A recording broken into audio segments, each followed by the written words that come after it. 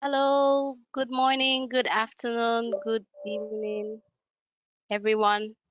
Uh, Thank you for joining our webinar. This is the last webinar for the series, and it's on decommissioning of oil and gas fields. The webinar is brought to you from UNEP, who works in partnership with the government of Norway's Oil for Development program. So in this webinar, we'll be seeing the webinar will be discussing mainly the key principles and steps in sustainable decommissioning. It will look at environmental, regulatory, and legal frameworks, as well as challenges and opportunities related to offshore and onshore decommissioning. So while the long-term goal of UNEP is to reduce the world's reliance on fossil fuels to fight climate change, it is also recognized that oil and gas will continue to remain part of the global energy mix for the foreseeable future. This is why UNEP's work is to ensure that oil and gas producers are being managed in an environmentally and socially acceptable manner and do not impact negatively on the local communities. So um, part of the objectives of this partnership with the OFD is to strengthen institutional capacity of governments in OFD countries to improve environmental management in the oil and gas sector, specifically related to water, soil, and air emissions. Also to reduce environmental risk, including oil spills associated with development of hydrocarbon resources, and to establish models for sustaining long-term capacity building efforts, and also to increase accessibility and dissemination of trainings on environmental management in the oil and gas sector. So we do this through the services we provide, and our main services are institutional capacity needs assessments for strengthening environmental management in the oil and gas sector. We also provide national and regional level trainings for knowledge and skills transfer, direct technical assistance at policy and field level, and finally, global outreach for wider dissemination of knowledge and trainings, which this webinar falls under. So over the years, we have built a virtual online community of practice to improve access to industry best practices. So you can find us on LinkedIn under the name of Global Network on Environment and Oil and Gas. So we have over 2,900 members, and feel free to join our network on LinkedIn. We also provide monthly newsletters that show upcoming events, new publications, and online trainings and resources and more. So just for you to note, this webinar is being recorded. So you can use the chat to write any questions that you might have in the for the Q&A session, which will be at the end of all presentations. And then we'll also send you a link at the end of the webinar. It's a survey link, so we get your feedback because we would like to know how to improve our future webinars. So completion of this survey is a prerequisite to receiving your certificate of participation, and it will be provided to you within 1 week of completing the survey. So as you are attendees, you'll be subscribed to our mailing list to receive our monthly newsletter. So please feel free to unsubscribe if you do not want to receive this anymore. So with that being said, I would like to introduce our moderator. She is an environmental scientist who is passionate about people and sustainability. She has over 18 years experience in the field of environmental management and auditing, using her education, skills, and experience to create an impact in Kenya. She is currently the chair and president of the Environment Institute of Kenya and works as a private consultant. And she's called Linda Munyao. Hello, Linda. Welcome to the webinar, and over to you. Hi, Chi. Thank you very much, and welcome everybody to our webinar today. We're really glad to have so many participants from different countries across the world, so thank you very much. So without much further ado, I'd like to introduce our panelists for today, and I'd like to request you to switch on your cameras. We'll start with Pink Tail. If you could come, Ping. Great. Hi, Ping. Hello, Linda. So Ping is decommissioning manager, and she works at the International Association for Oil and Gas Producers. Thank you, Ping. Hi, Matt, I can see you. Next, we have Dr. Matthew Richmond, and he's a senior consultant for the UNEP. And then last but not least, Sven. Good, welcome very much, Sven. So Svein Svilosen is an economist, and he works at the Norwegian Petroleum Directorate. So these are the great panelists that we have today, and we're really excited to hear what you have to say. So we can now proceed, and I'd like to invite Ping, who's our first presenter for today, and Ping is going to set the scene for us. So Ping, if you could get ready. So just a bit more about Ping. Ping is a decommissioning manager, as I've told you, at IOGP, and in her current role, she manages and drives the activities at the decommissioning committee. So she actively leads in sharing of international experience and good practice. So she's originally from Brunei, and she's a project engineering manager, 15 years experience. So we really look forward to this Ping. And she's had leading roles in offshore, greenfield, brownfield, and decommissioning projects in Brunei and New Zealand. So welcome, Ping. We could proceed now with the presentation. Thank you. Thank you very much, Linda. Let me move my slide. So, yes, good morning, good afternoon, and good evening, everyone. My presentation today is in 3 parts. I will start by first giving an overview of the global decommissioning size, describing the processes involved, highlighting some of the key decisions required in decommissioning and the regulation and guidelines currently available. From there, I'll move on to discuss the challenges and opportunities associated with decommissioning, and then wrap up by discussing how the industry and key role players are responding to these challenges and opportunities. Let's start by building an appreciation of the global decommissioning size. As fields reach the end of their economical field lives, wells and their associated facilities must be responsibly decommissioned. This has been occurring in the past few decades, especially in the mature producing regions, offshore initially led by the Gulf of Mexico with an average of 100 platforms a year since 1985, followed by the North Seas. Activities are picking up rapidly in Asia Pacific, including in my native country, Brunei, which is looking at removal of up to 50 platforms in the next decade. Let's quote a few numbers predicted by analysts. We are expecting some $104.5 billion decommissioning spend by 2030, 42 billion USD spend by 2024. And in terms of asset numbers this decade, some more than 50 structures and more than 2,500 wells in the North Seas, more than 1,500 small structures and more than 7,000 wells in Southeast Asia. Let's now move on quickly to what's involved in a typical decommissioning process. You see here some illustrations of an offshore platform and an onshore wellhead. As a general rule of thumb, a project team should be formed 5 years prior to execution, possibly more for the more complex offshore projects. Firstly, we need to make a decision on cessation of production, COP in short. This is commonly an economical decision influenced by higher maintenance costs of the aging assets, lower oil prices, and reduced hydrocarbon in the fields, making it not technically possible to continue extraction or not cost effective to do so. It may also be due to an expiry of license to operate. So as wells cease production, they must be permanently plugged downhole. The system and connected pipelines are depressurized, flushed free of hydrocarbon, and disconnected.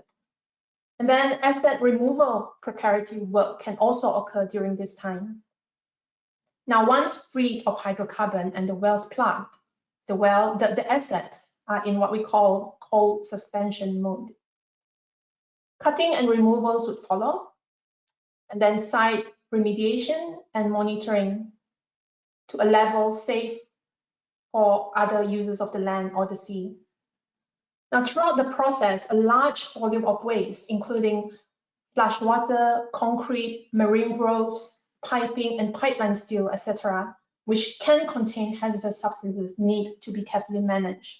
The clean structural steel, which is a valuable commodity, is typically recycled. Now, this slide summarizes some of the key decisions throughout the decommissioning process that need to be made by the asset owner. The decision on when cessation of production happens, the level of maintenance and inspection needed prior to removal, that is not zero. What is the early removal scope prior to the major lifts? And perhaps of most interest to many, what is the end state? How will the site look like post decommissioning? Do we remove all, remove partially, or leave partially in situ? How deep do we cut the piles and conductors? What decommissioning methodology to employ? What waste management strategy to follow? And what should be the post-decommissioning monitoring requirement? Where there are options, these decisions are typically made following a multi-decision criteria analysis process, which include consideration on safety, environment, stakeholders' views, and so on. For more complex projects, there will be a need for data collection and years of detailed study as input to these decisions. The whole decommissioning process must be carefully must comply to a set of international and national decommissioning regulation to ensure that it is done safely with no harm to people and the environment. There are various supporting guidelines that helps to inform. In the mature region where decommissioning has been executed, like Gulf of Mexico, the North Seas, regulations are mature, well understood, and tested. In some Asia-Pacific countries with increasing decommissioning activities, regulation has developed in the recent 5 years. In Australia, for example, we have new legislations related to decommissioning put in place just months ago.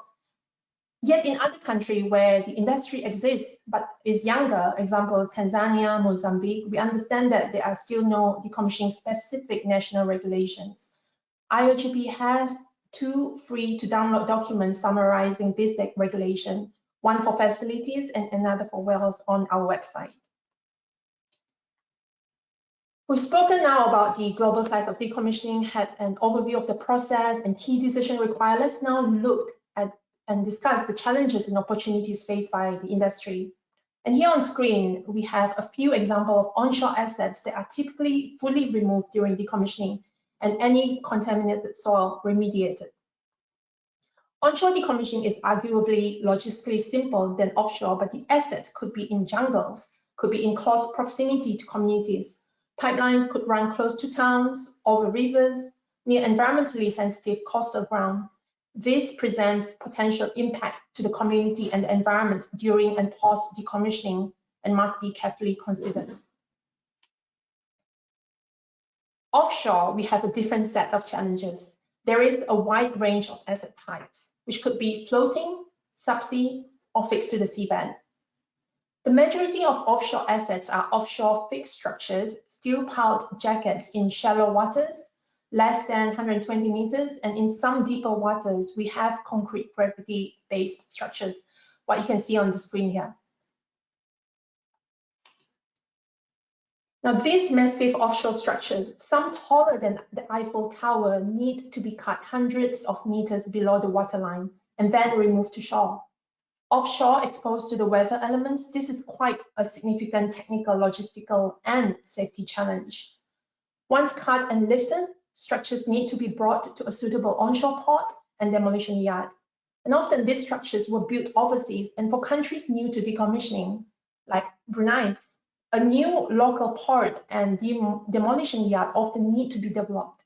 Waste management infrastructure need to be ready to process these waste, including steel recycling facilities, oily liquid processing plant, and engineered landfills. Another challenge faced by the industry and governments are that assets are being orphaned, which, if still containing hydrocarbon, poses a significant safety and environmental risk. There are legal tensions between various parties on who pays for this decommissioning of these assets where an owner had become bankrupted. Not the government, the taxpayers, then will it be the previous asset owners? shared amongst all the operators in the country, some of which may have nothing to do with these assets. There are no easy answers, but we know that early planning and early understanding of the decommissioning costs for all parties during the asset, especially during asset sales and transfer, will help avoid these scenarios.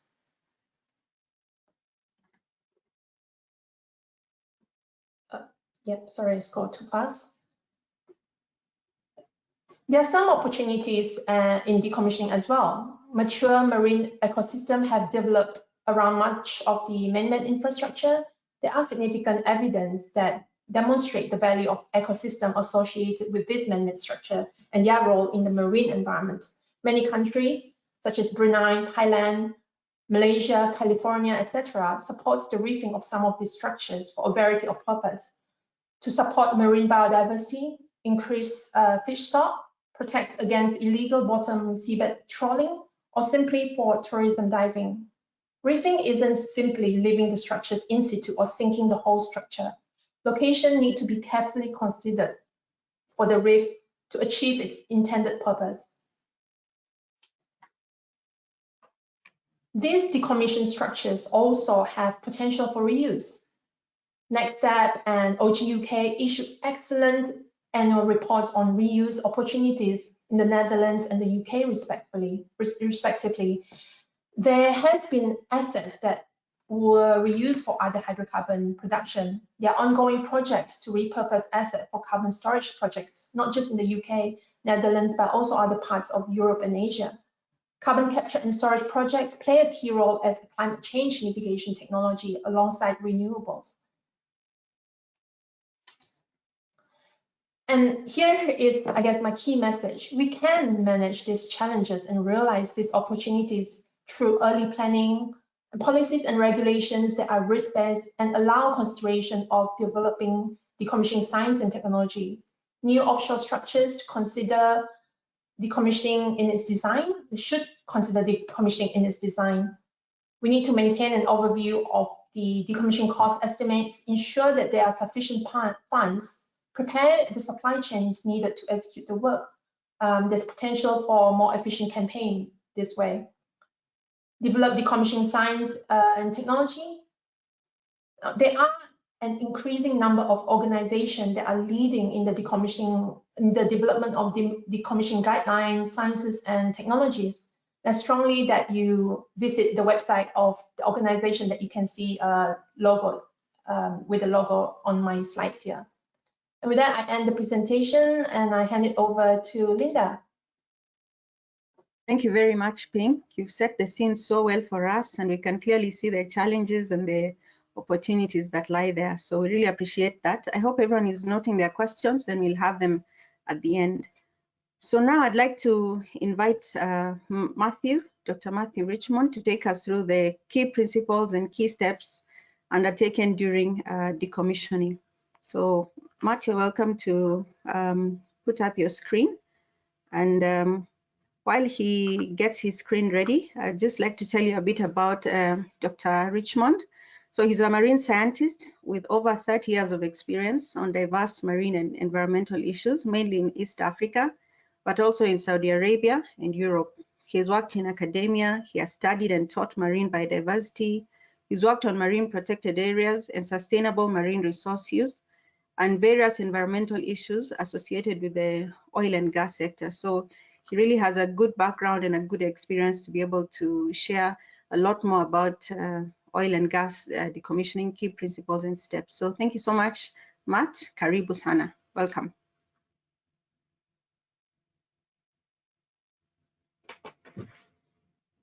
Welcome, Matt. Thank you very much, Linda. Yes.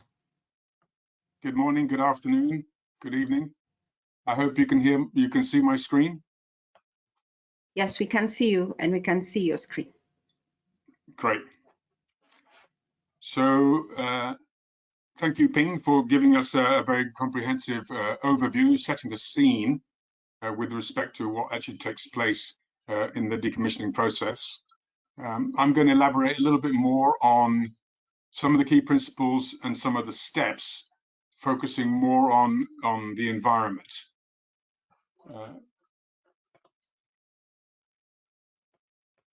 So the key principles in sustainable decommissioning of oil and gas fields, and the key steps in the sustainable decommissioning that need to be considered, and briefly to give an overview on environmental impacts and the considerations related to the decommissioning, and the environmental and social impact assessments, which often precede the decommissioning in the project phase, and then maybe precede the decommissioning specifically prior to those activities.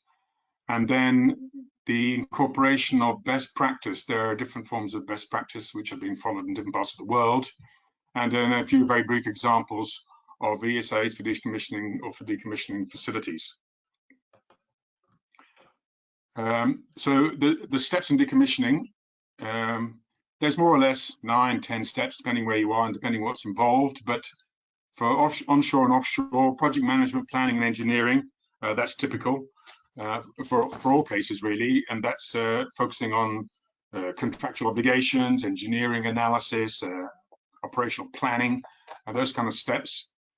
And then there's permitting and regulatory compliance, and that is a process that can take several years depending where you are in the world, and depending on the laws which are applicable. As Ping mentioned, in some countries there aren't any laws yet regarding decommissioning because the oil and gas fields are still fairly new. For example, Tanzania, the one which is still being used now, was only really started to be exploited in 2006. So if we allow 20-30 years for standard hydrocarbon reservoirs to be consumed, then that's probably still got another 5, 10, 15 years to go. Similar case in Mozambique, but obviously it's not the case in the Gulf of Mexico and different parts of the States and Colombia and even the Southeast Asia.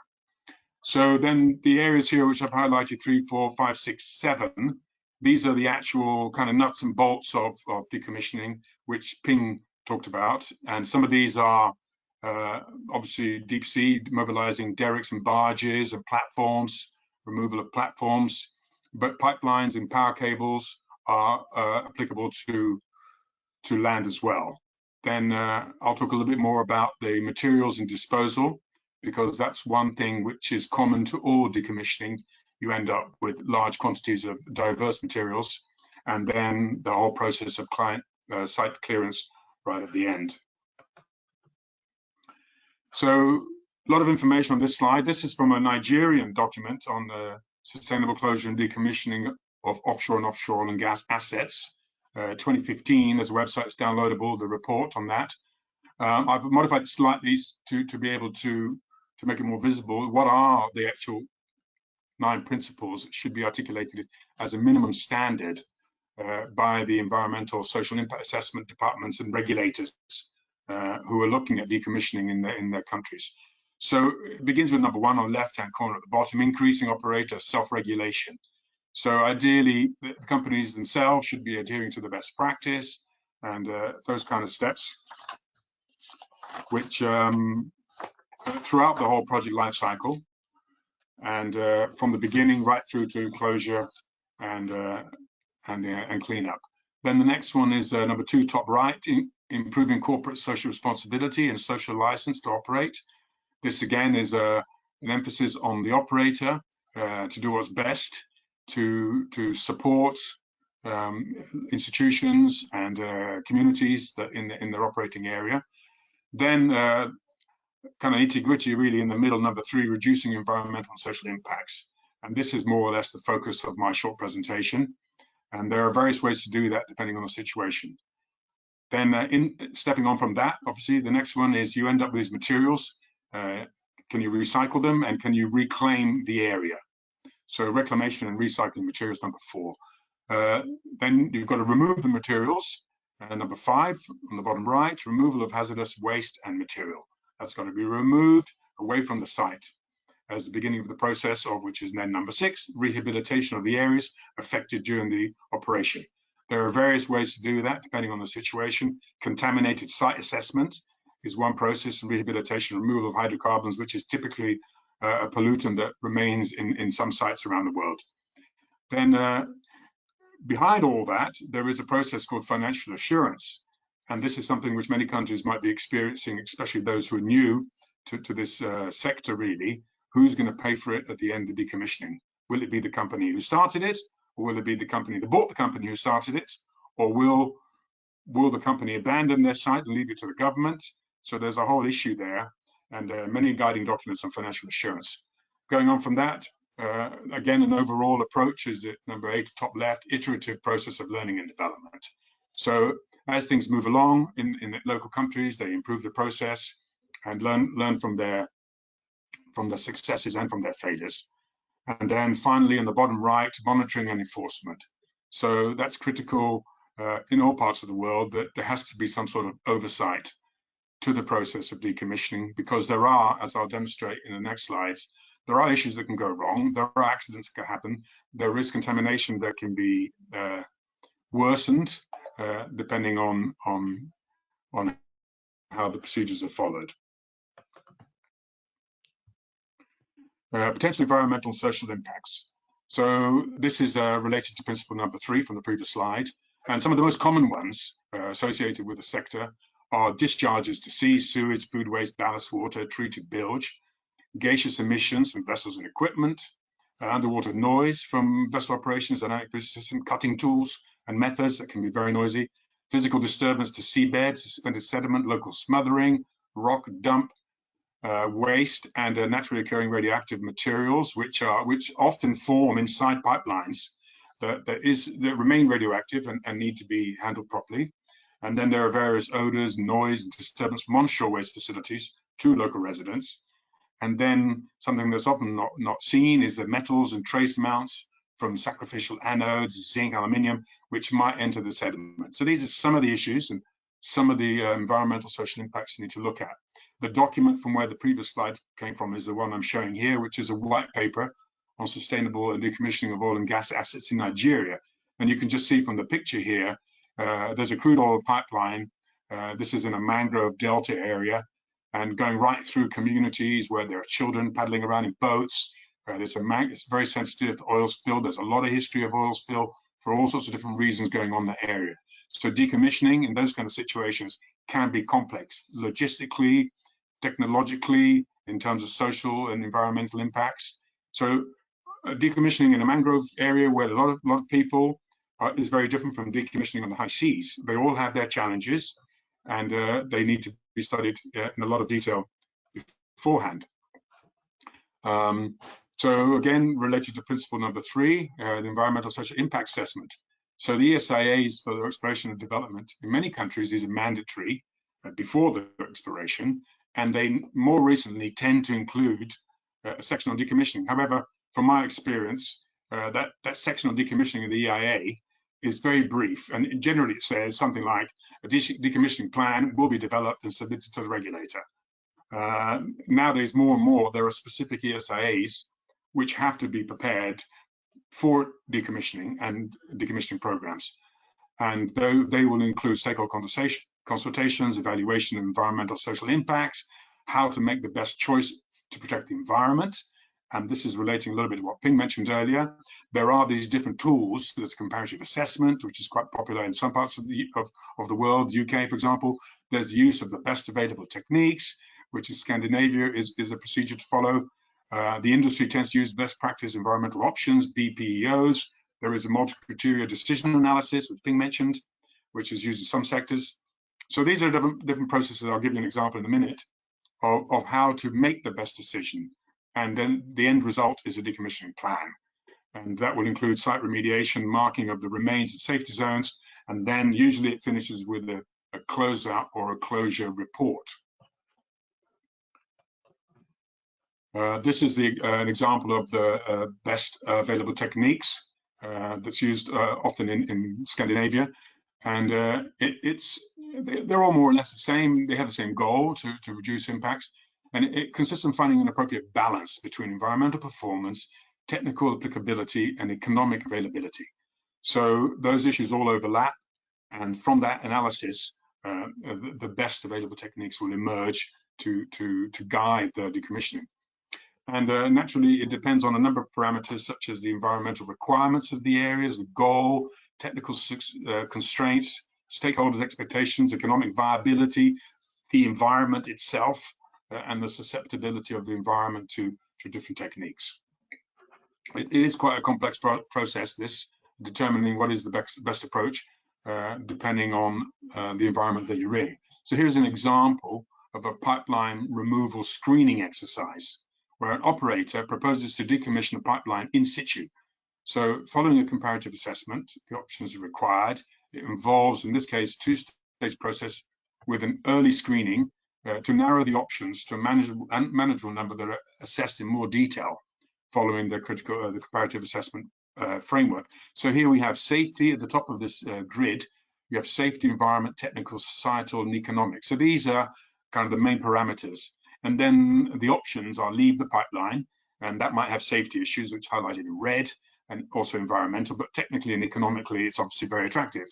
Then going down the list of options on the left-hand column, there's all sorts of removed by different methods, and they all have similar parameter grading. Mostly they're green, so they're very desirable. And there's a trenching. So these are the kind of options that are considered.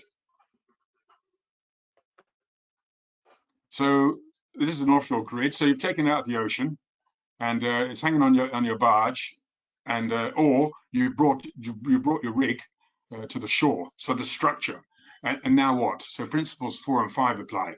What are you going to do with this hundreds of tons, in this case, of what looks mostly like steel pipe? Well, 91% of it is in fact metal that can be recycled. 81% of that's easily recyclable. But there's non-metals, and there's various electronic components. There's a small amount of hazardous waste. There's other elements, and surprisingly, but only for marine sectors, obviously there's 7% of marine growth. And then fortunately, 86%, in some cases even more than 90%, is either being reused or recycled. So it can be handled safely and economically and sustainably, but that does tend to come at a cost. After decommissioning, so then what happens? So this is another case in Nigeria, where there's a number of places where there's been oil leaks in the ground, not related to decommissioning, related to the production period. But the decommissioning and the remediation steps are vital, and they follow principle 6 in the early slide. And on land, like this slide demonstrates, land often gets contaminated and turn into brownfield sites, which need to be cleaned up at some expense. It can be done. A lot of soil needs to be removed. There's a whole suite of different methodologies for cleaning up oil contaminated sites. It has to be done carefully. It's got to be done by qualified personnel, because there can be hazardous, carcinogenic compounds that are in there that are toxic, especially susceptible to the water table, and contaminants that can reach local communities, toxic fumes. And then typical sites where these remediation elements are needed are for wells, pipelines, storage facilities, and processing plants. An example very common in America is, and other parts of the world, is petrol stations that have these submerged fuel tanks that nobody notices over years and years and years. They're leaking, and they're leaking into the ground and contaminating. And there's thousands of these contaminating the ground and the water table in some cases. So techniques have been developed on how to address these kind of issues. Just very briefly now, a few ESA examples that are out and about now. I mean, it's coming. So this is off the northeast coast of Scotland, the Murchison field, where there is a decommissioning ESA scoping report, and Northwest Hatton. So this is one by BP, decommissioning programs. So if you just look at this image, you can see what's involved there. There's tens of kilometers of pipelines, structures with concrete and steel and platforms that have to be removed from the environment. Sustainably, ecologically, health-wise, safety proven. Here's another one over here. This is a closeout report from Shell, the UK, for removing of the Brent Delta topside decommissioning closeout report. So these are examples, 2018, only a few years ago, of what's involved, and it's already started in some parts of the world. And over time, more and more guidelines and best practice are out there. This is another one from Scotland, for decommissioning of a port. It's a port, sorry, it's an ESIA for a decommissioning port. So here you have to construct a facility that can handle all the material that you're bringing in. Now, I know that parts of India have these beaches where ships have been, run aground and then they're sort of dismantled. Well, the same kind of thing, but because it's oil and gas and there are all these contaminants, that it has to be done in a transparent, open, controlled, managed form, and it can't be done in some of the ways that India is addressing, redundant vessels. So this is a case of, and not the only one, where a decommissioning port requires an ESIA. And that's my last slide. From this, I think one of the takeaway points is that environmental and social impacts and opportunities are associated with decommissioning of marine, offshore and onshore oil and gas structures, and that determining which are how to manage the impacts and how to maximize the opportunities is the challenge of governments and advisors and around the world. So thank you very much. I think, Linda, my time's up. Back to you. Thank you very much, Dr. Matt. We really appreciate that. And I can see many questions have already started coming based on the information that you've given. And so we'll have all those at the end. But for now, I'd like to introduce our next presenter. This is Svein Svilosen. He's an economist and he has been working in the Norwegian Petroleum Directorate since he has wide experience and has worked as a project director in development programs in South Sudan, in Ghana, in Myanmar, and he has even designed a one-week resource economics course on topics such as decommissioning. So on the Norwegian continental shelf, he's worked as an analyst of oil-producing fields, actually almost 90 of those, and he's worked with exploration economics, exploitation of seabeds, and decommissioning. So he has quite a great wealth of experience, and he's going to take us through the final presentation on further on decommissioning. Welcome, Svein. Thank you. Can you see my presentation? Yes, we can see it, and we can see you quite as well. Thanks, and we can hear you well. Thank you, and thank you for the invitation. Excited to be here, and thank you, Ping and Matt, for very interesting presentations. The thing about decommissioning is that there's always something new to learn. It's an industry that's developing. We have some experience with it, but still a lot to learn. Now, the NPD, the Norwegian Petroleum Directorate, we're the regulator for the Norwegian continental shelf. So for all oil and gas activity, and our main objective is to maximize value for the Norwegian society from this industry, considering health, safety, and environmental concerns.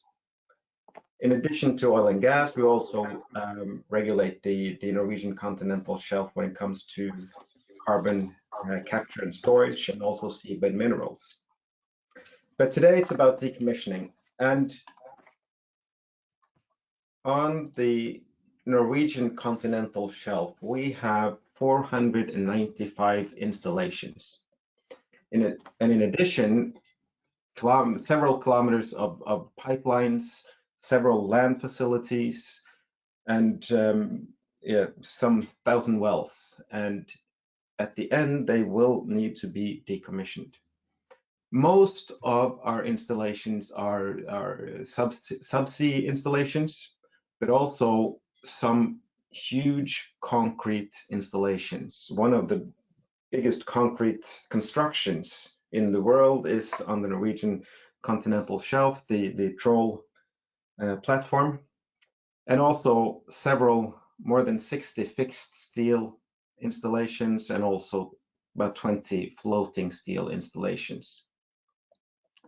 Now, we have mainly had our focus on developing and production of oil and gas, but now also we're getting closer and closer to the point where we have to remove all these installations, plug all the wells, and make things back to how they were before we started this activity. And then there are some important considerations that we as authorities have to make. And first thing is the optimal timing of cease of production. When should we stop production? And there's not always do we have the same view as the companies.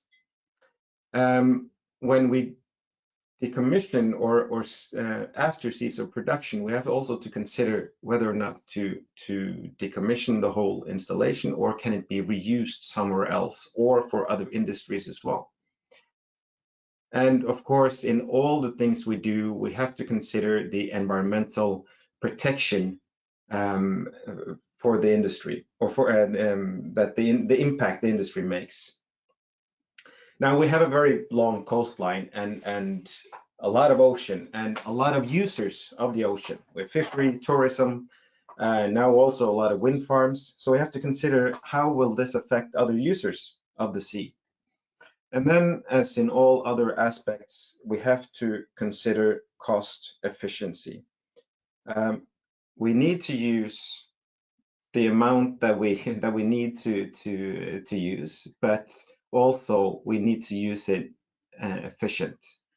This is quite relevant for a lot of countries, especially countries where you have decided to start a decommissioning fund, because then you start the fund way before you actually start decommissioning, and then you have to make some assessments on when to start the fund, how big should it be, and all these considerations.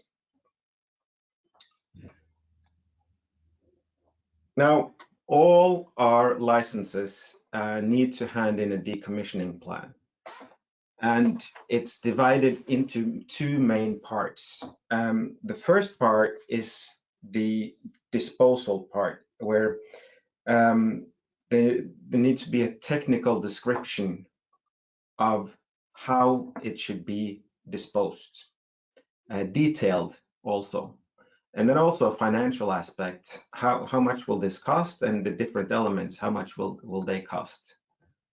And one important consideration that must be made is what are the different alternatives that exist when it comes to decommissioning, because this there will always be different ways of doing it. So the operator and the license need to describe these different alternatives. And one alternative should always be to continue production, to not to decommission at this time. So then they have to argue why they should stop production at this time. The second part of the decommissioning plan is the impact assessment. So what are the expected consequences for the environment and other users of the sea? And both the proposed impact assessment and the final report must be submitted for a public consultation.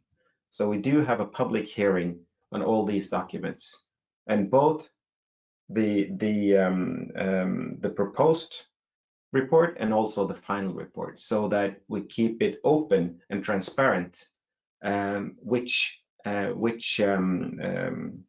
hearing institutions have been heard in the process. Now, we have a set of rules that we need to follow when we do this. And first of all, we have some national laws and regulations. We have the petroleum law, and also regulations underlying the petroleum law that has descriptions on decommissioning. In addition, also the HSE regulation and the Environmental Protection Act. All these must be followed. And we don't have very detailed petroleum agreements. Most of our industry has been regulated in these documents. And in addition to this, we also have some international agreements. There are some international obligations that Norway has undertaken by signing and ratified some of these international agreements, the United Nations Convention on Law of the High Seas, the OSPAR Convention, and others as well. And so it's also important that depending on which part of the world your country is, which convention and which international agreements exist and have they been ratified by the country. And that will describe some obligations that you need to undertake when starting decommissioning. Now, Ping and Matt have said something about the phases of decommissioning. I think it's also good to be aware that it has different cost elements connected to them.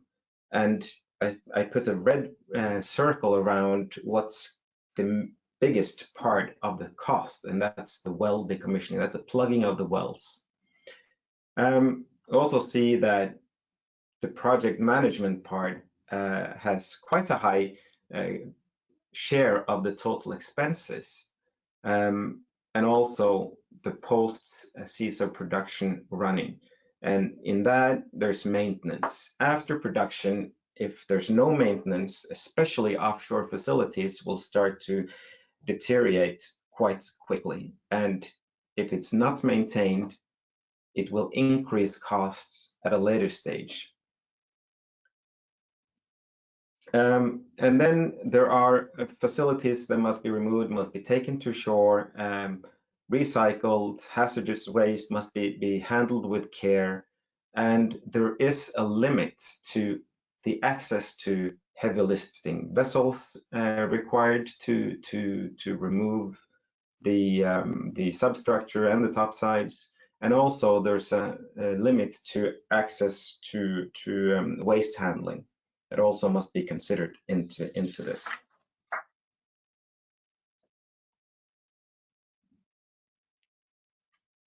So, what are the important considerations that must be made from a regulatory perspective?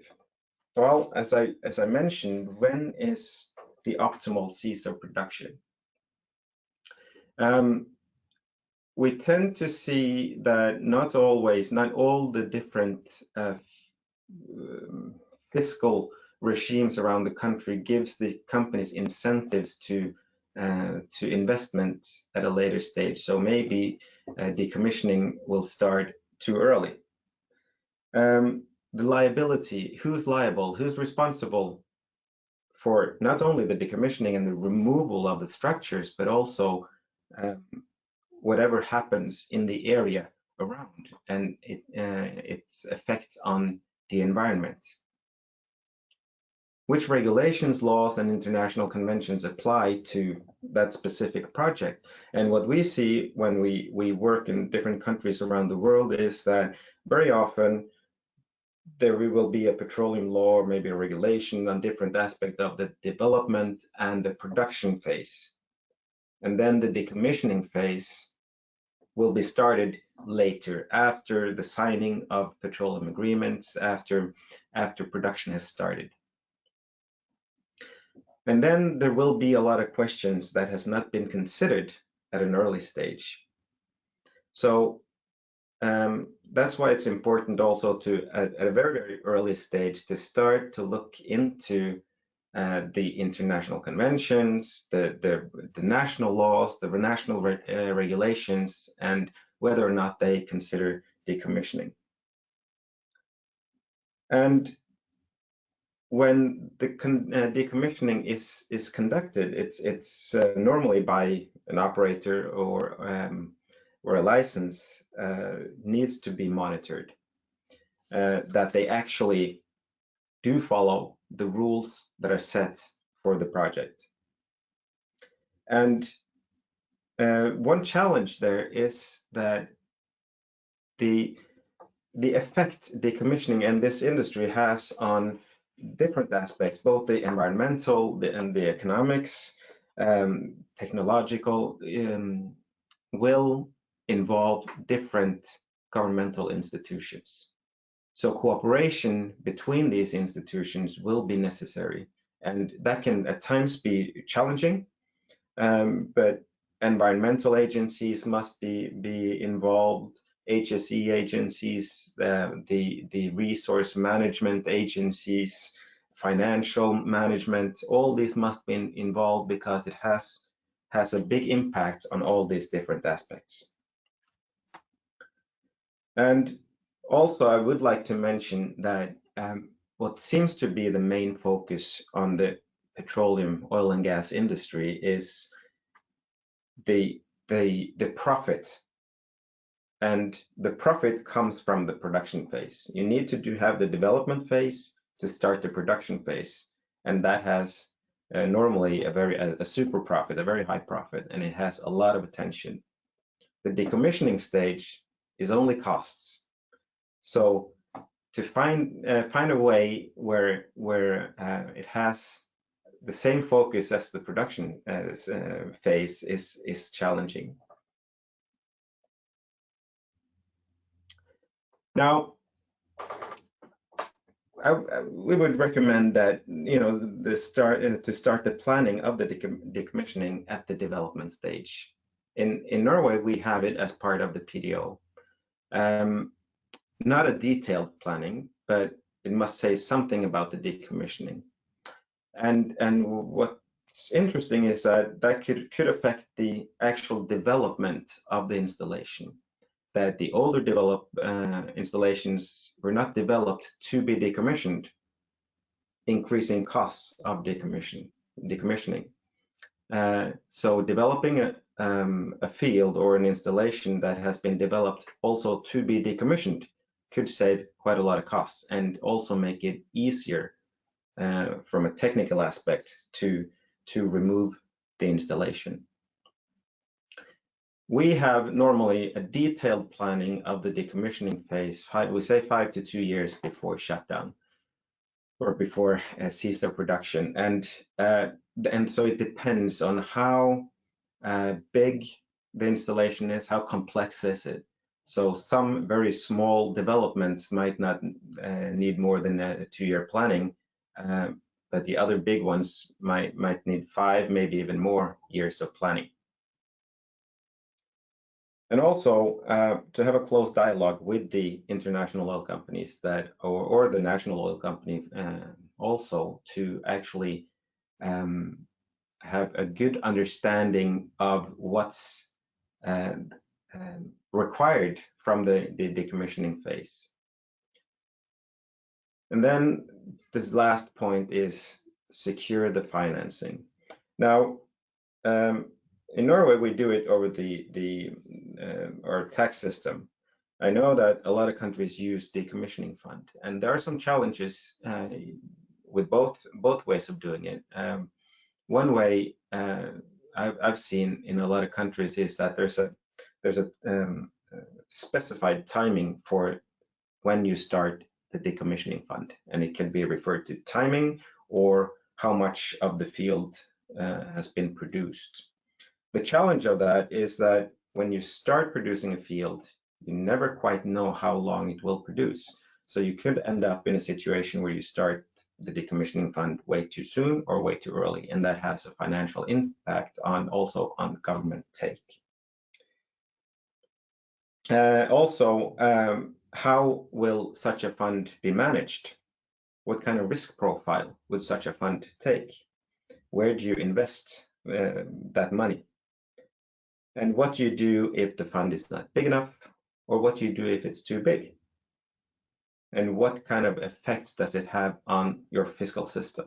So these are things that need to be discussed and often involves different governmental institutions and also a close dialogue with the companies that you have signed an agreement with. So thank you very much for your attention. That was all I had today. Thank you very much, Svein, for your presentation. And thank you so much, Ping and Matt, also for your presentations. We have quite a good number of questions arising from the presentations that we've had. So I think we'll go right ahead and take the questions. And so I'd like to address questions not necessarily in the way they were asked, but I would just pick a presenter and then give you a chance to answer a question that's been directed to you specifically, and the other presenters can chip in. So we'll start with Ping. So there's a practice to present a chapter on decommissioning in development ESIS.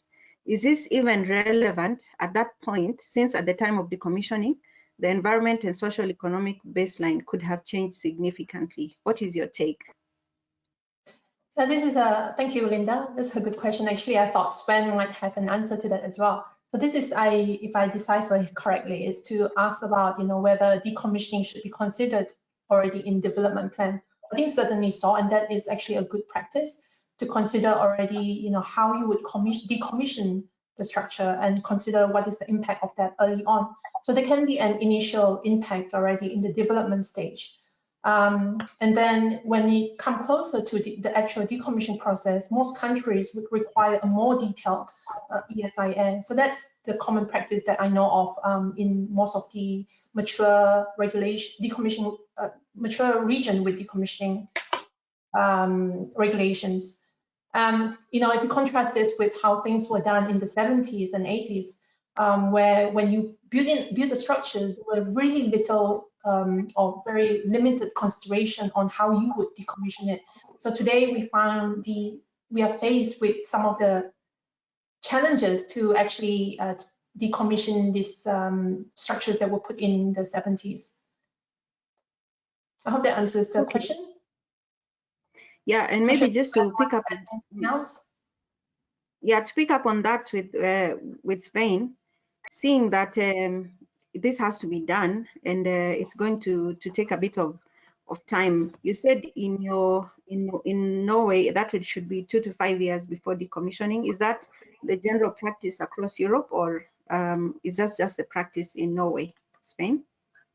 That is the practice in Norway, but I think it's quite common as well in Europe. And if I can just pick up on what Ping said as well, that to put the decommissioning also in the PDO, it's also important to know that in the decision-making project, whether or not to develop a field, decommissioning and the cost of decommissioning will not have a big impact due to the way we do the calculations, and all costs have been discounted, so it doesn't have a lot of value. But I think it's really important also to put it in the development plan as well, to kind of keep focus on it at the very early stage, and also maybe then you could get developments that have been developed to be decommissioned that would save some costs and make it maybe also technically easier to remove an installation, yeah, maybe 20, 30 years down the line.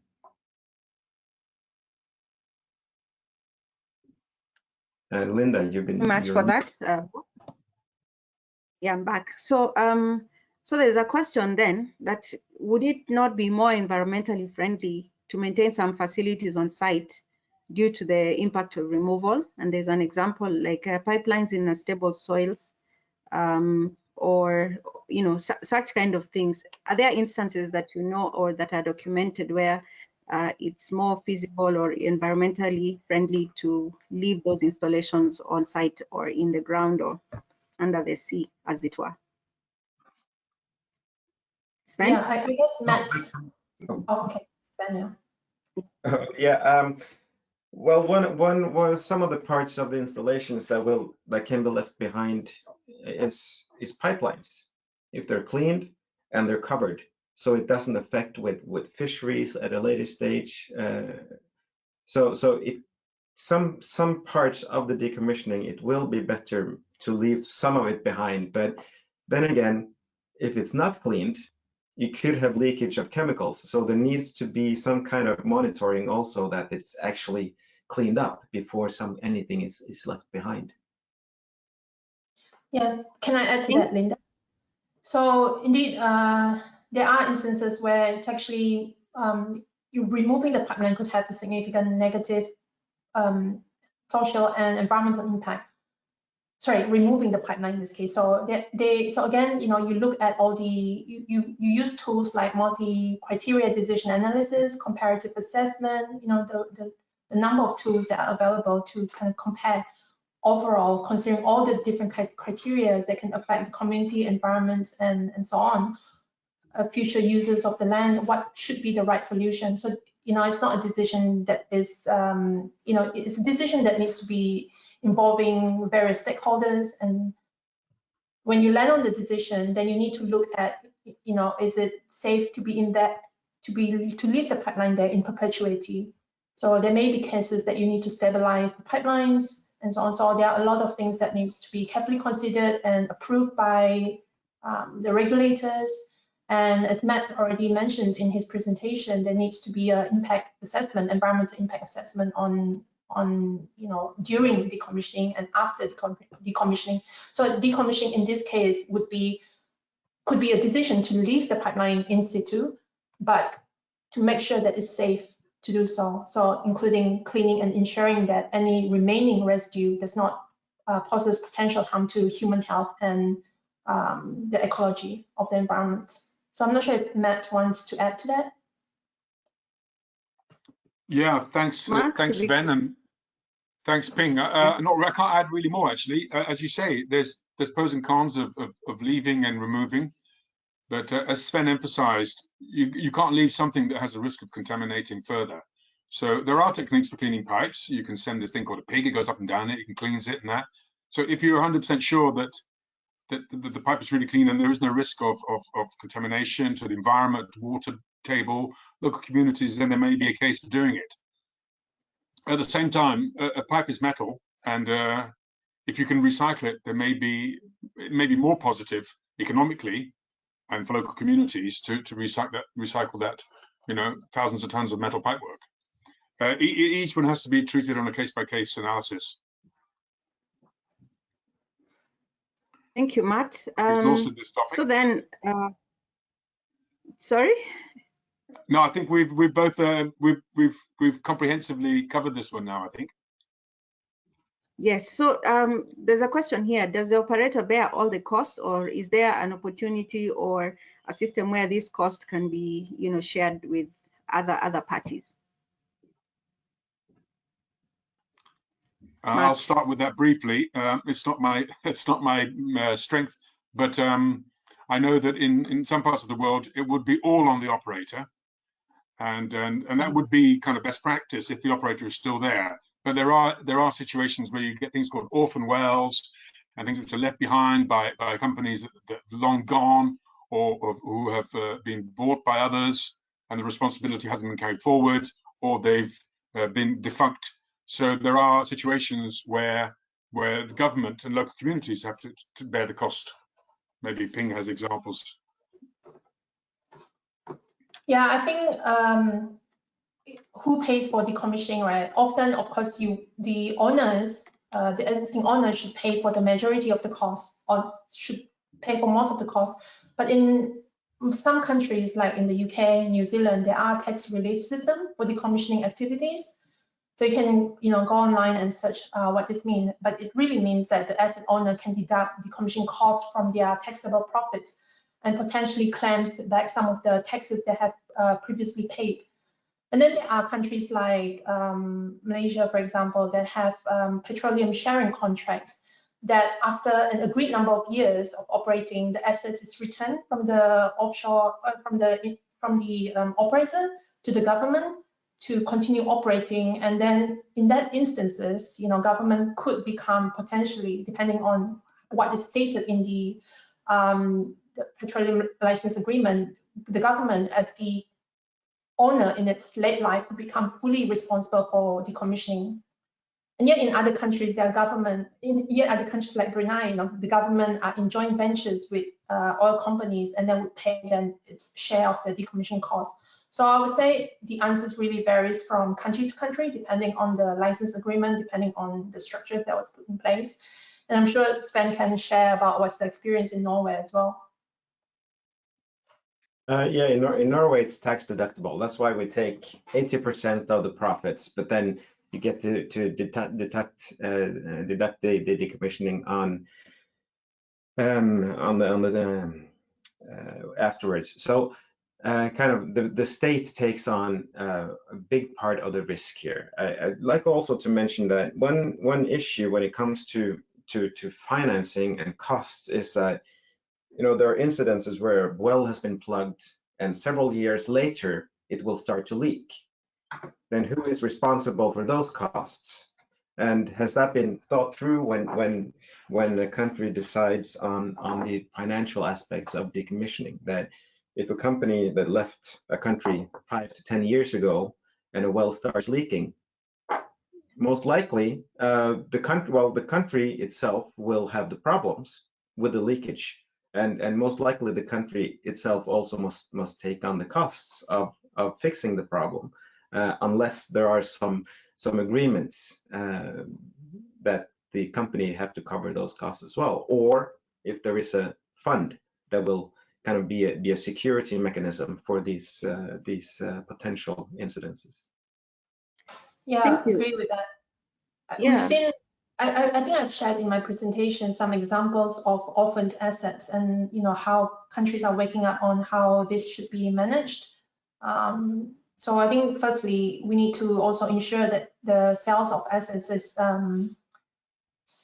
are sold to companies that are capable of managing the decommissioning costs later, that understand the decommissioning cost of these assets, so as to prevent, you know, so it's very important to always keep your eye on the cost of decommissioning at every stages, you know, throughout the sales, during, you know, as we already said, even at the start of development and so on, and you understand this as you go closer to actual decommissioning.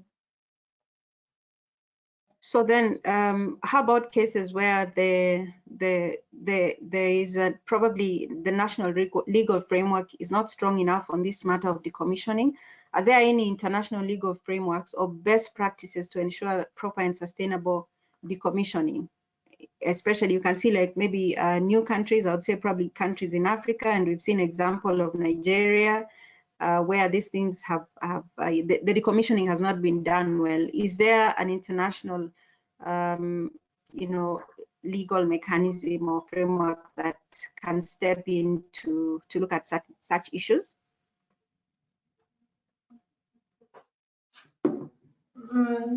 Sven? And then in my experience is that we've seen a lot of countries where the decommissioning phase has not been regulated, and so the development of the laws and regulation that comes to decommissioning starts during a development phase or a production phase after the signing of all petroleum agreements and other documents. So in my view, that would be a bit late, but it's not necessarily too late, because also what we often see in these documents is that the decommissioning phase is quite wide. It's not very detailed described, which could be an opportunity, but it could also be dangerous if it's not agreed with the operators how specifically how this should be done. And also, I must say that it doesn't help anyone with a legal framework if it's not implemented.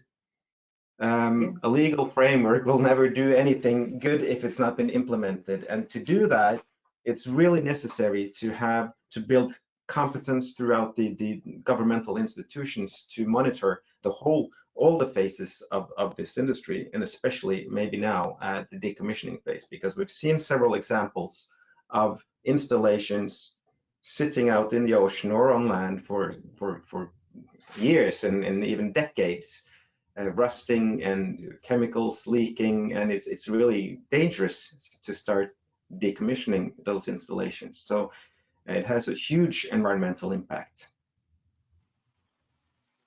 Thing you want to add on that? No, I completely agree with Sven. I think you know, the national regulations are really needed to manage decommissioning locally. There can be international guidelines, but you know, it's the national legislation that needs to be matured to manage the decommissioning activities from not just the decommissioning activities, the development activities up to decommissioning. Okay, thank you very much. So Matt, you'll be able to switch on your camera so that we can see you. Are you with us still? I'm just about to throw a question. So in your opinion, what is the best or most comprehensive best practice document on decommissioning? And could you be able to direct the listeners to such a document? Well, there are a number of documents, and the ones I've come across, I mean, it's difficult to say which is the best. I mean, we can provide certainly a list. There are some from California, there's quite a number from the UK, there's some from other parts of Europe. There's this one from Nigeria, it's quite recent.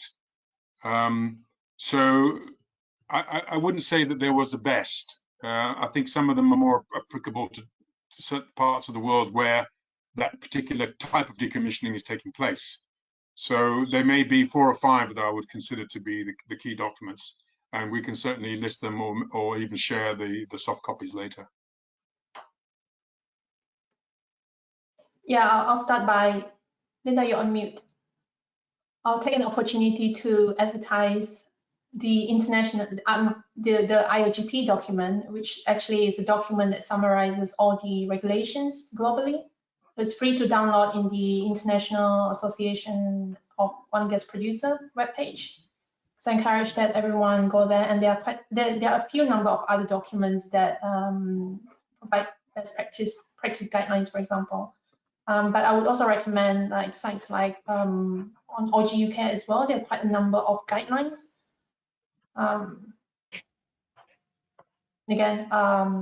Yeah, so these are, for example, some of the websites you could go to. There's on reuse and repurpose, I shared that Next Step from the Netherlands also have some good report on decommissioning. So it, as Matt said, it depends on exactly what type of guidance are you looking for. Okay, thank you. I think everyone has had that, and thereafter, I think because we'll share the presentations, we'll have a chance for people to see the information that they're asking about. So there's a question here. Has it, are SWOT analysis conducted in decommissioning, in preparing a decommissioning plan, whereby the strengths and weaknesses can be used as recommendations for future establishments of oil and gas facilities? Have you seen that a SWOT analysis conducted? Sven? Well, there are all sorts of different analysis conducted to the different when we come to the stage of the decommissioning plan, both on the technical side, and we also always ask for several alternatives, so that the operators must always try to see it from different perspectives and different views, so that they can describe different alternatives, and also they have to argue for why they choose one of them, why they think that's the best alternative. That also gives us a lot of insights in what could be done. So if there are any considerations that we have to make as a governmental institution that maybe the operators haven't thought about, that could make it easier for us. So always different alternatives and different ways of doing it, including continued production. Okay, thanks. So a question for all 3 of you. Have you seen instances where a facility, oil and gas facility, has been repurposed for another use so that there's no need for decommissioning? In your experience, have you seen that? Say for it, switching it to renewable energy type of installation? Matt? I haven't physically seen with my own eyes. I've only seen suggestions, really, where platforms, for example, in the North Sea, that are in suitably windy places, could be used by a wind farm. But the problem there is that the platforms for oil and gas exploration are not necessarily in the right place for a wind farm. So you might save some cost by not having to make a structure on the seabed, but if you were 5 miles down the road, you might be in a better position to generate more wind. So plus you've still got to decommission the well, and there may be pipelines and other structures associated with the platform. So it sounds romantic and very convenient, where you can just take a platform and stick a wind farm on it, or stick a giant whatever, fairground attraction. Or I mean, there was one platform in the North Sea that used to be a radio station many years ago. There was this illegal radio station on a platform in between Ireland and England and Netherlands. Platform. Anyway, I can't remember what the name of the radio station was. That was in the 80s. But no, I didn't know of any examples. Maybe Ping and Sven can share that.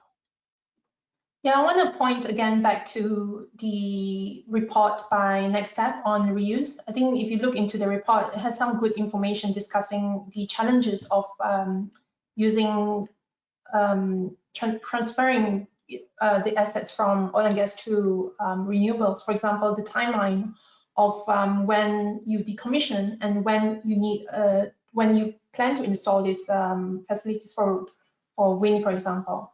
So all these are challenges that need to be overcome by the industry, both industry. So you might, as Matt already rightly said, right, you might not be in the exact location. So then you will probably need to remove it to shore anyway. So you would need to decommission from the current site. You might refurbish it and then put it offshore. But then when you have to do all that, then how does that compare economically against building a new offshore wind structure? And then, I also hear now the trend for offshore wind industry is to have floating structure, not fixed structures. And all these are factors that need to be considered. But you will find that, I mean, as steel increase in value, for example, it may indeed become economical to refurbish and this all steel structures for wind structures. Sven, have you seen any now that you've been in installation?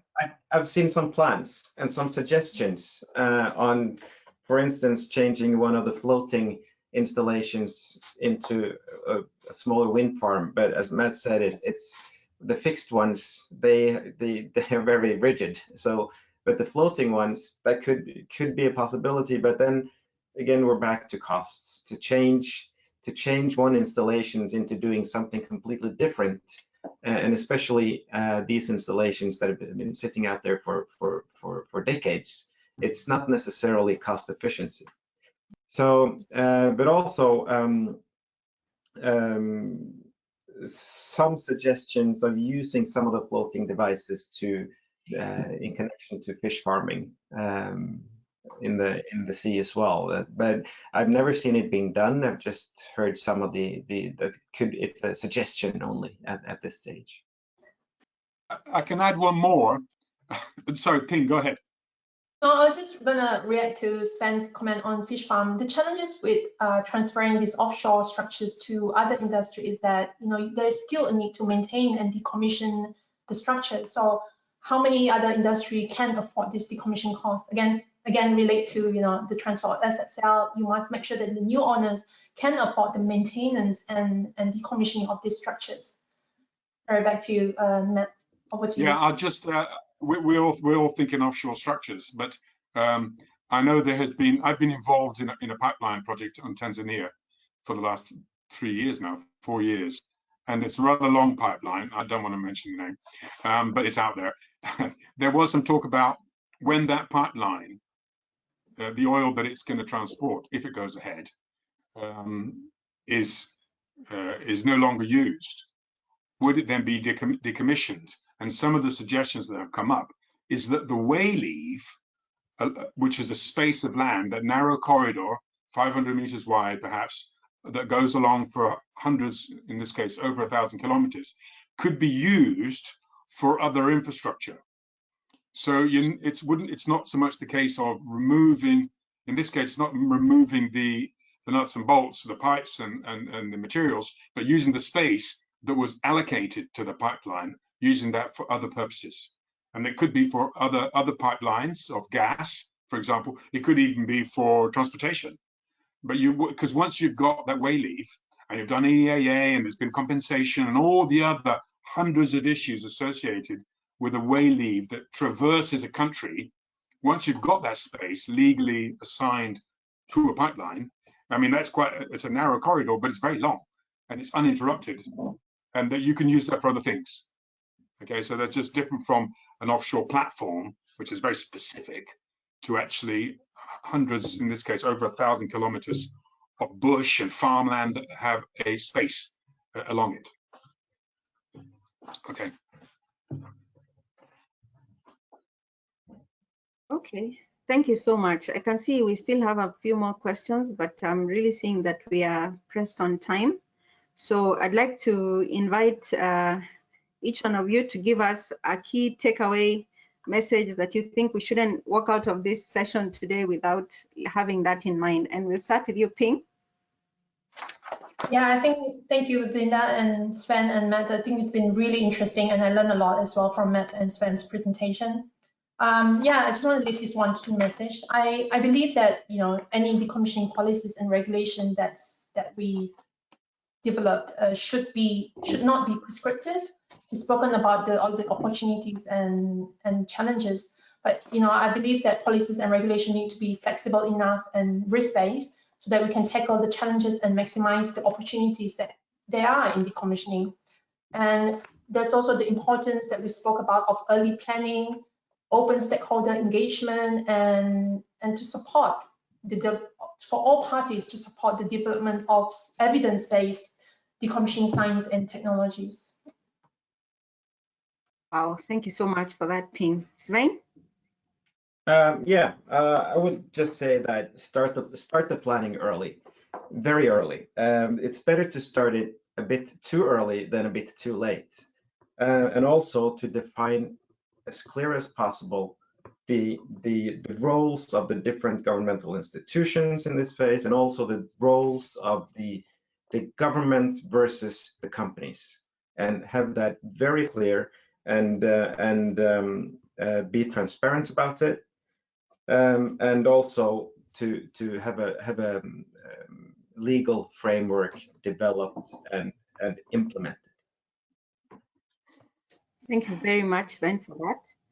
Start early, key message. Yes, yeah. And Matt? Start early. Okay, well, it's difficult to build on these now, but I've just come up with one that hopefully will add. So I think it's really important to consider the best available techniques, tools, expertise that is available when you are considering a decommissioning plan. And bear in mind that the decommissioning, as we mentioned by our colleagues, is a fairly new industry, and it's evolving fast. It's really picking up. I mean, we didn't show a curve. There are curves of the amount of material that's getting decommissioned more and more. So that the expertise is growing. There are experts that do it now. There are more guidelines. So keep up to date with that and get the best advice and use the best techniques before you start looking at the costs. Look at the best of everything to do it properly.